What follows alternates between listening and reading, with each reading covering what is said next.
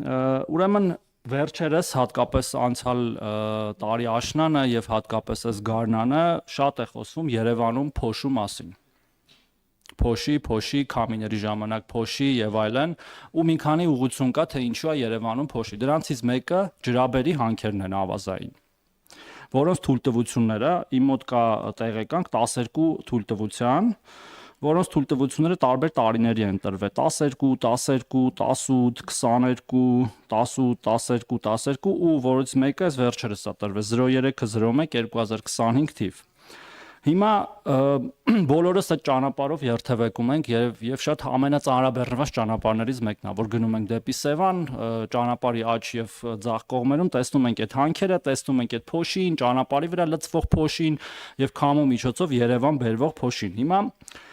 ճիշտ է, տկենի գործը չի փոշու դեմ պայքարը, այսպես ասած ենթադրում եմ, բայց արդյոք օրինակ նոր լիցենզիաներ տրամադրելը դրա մեջ չի մտնում, որ տեսնելով իրավիճակը դադարենք այդտեղ գոնե նոր լիցենզիաներ տրամադրել եւ գործող լիցենզիաների կատարման ընթացքն էլ այո տեսչական մարմինների միջոցով կամ շրջակա միջավայրի նախարարության ինչ որ ռեկուլտիվացիայի կամ այլ ծրագրերի միջոցով լուծենք, որովհետեւ տենց անverջ կարող ենք իրար մեղադրել կամ բարձրացնել այս հարցը, բայց երբեք էլ լուծում չստանալ եւ այս ամենաբաներից մեկն է փոշու գոյացման աղբյուրներից մեկը էսա, որ ինչ ուզում ենք մենք Երևանում անենք, ինչքան ուզում է շենքերի վրա ցանցեր կառուցենք, չգիտեմ, բեռնատարների ակերը լվանանք, շինհրապարակները ուղենք, եթե ինչ որ մի տեղից իսկ քամիները փչում են այնտեղից փոշի է գալու, մեկը փոշի ալնելու Երևանում։ Ես խնդրում եմ այս հարցով մի հատ նախարարության դիրքորոշումը ասեք։ Եվ նաև այն տեսանկյունից արդյոք այս հանքերը անփոխարինելի են Երևանին մոտ գտնվող այս ջրաբերի հանքերը, թե ուրիշ տեղից էլ կարելի է ավազ ստանալ ու ավելի լավ պայմաններում, որը բնակավայրերում այսքան մեծ փոշի չի գեներացնի։ Շնորհակալություն։ Ավազի հանքերի ու ընդհանրապես ընդերկօգտագործման մասով պիտի ասեմ, որ վերջին ընթացքում բավական պակասել է նոր լիցենզիաների տրամադրումը, ես այս բանին ձեռքից տակ կոնկրետ համեմատական չունեմ, բայց խոստանում եմ անպայման փոխանցել ձեզ։ Մենք մետաղական եւ ոչ մետաղական հանքերի մասով հիմա խիստ վերահսկողություն ենք իրականացնում, առաջին հերթին լիցենզիա տրամադրելուց մեծ ուրեմն ուշադրություն ենք դարձնում ռեկուլտիվացիայի ծրագրին, այսինքն եւ դրա հետագա պահպանմանը։ Պիտի ասեմ, որ ավազի հետ կապված այո, այդպիսի մտահոգություն կա, բայց մտահոգությունը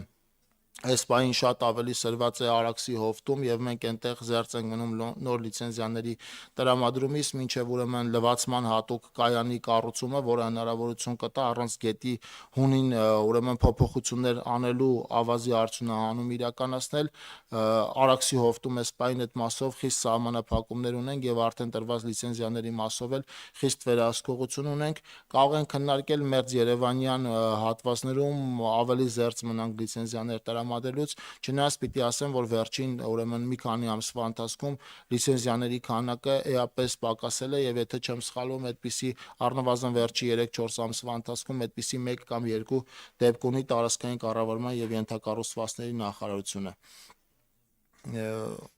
Ոնց որ թե մյուս հարցերին անդրադարձա։ Շնորհակալություն, պարոն Խուդացյան, ես կարճ արձագանքեմ, տեսեք, ուրեմն վերջի լիցենզիան ավազի տրվել է 0301-2025 թիվ, այսինքն հունվարի 3-ին, դրանից առաջ տրվել է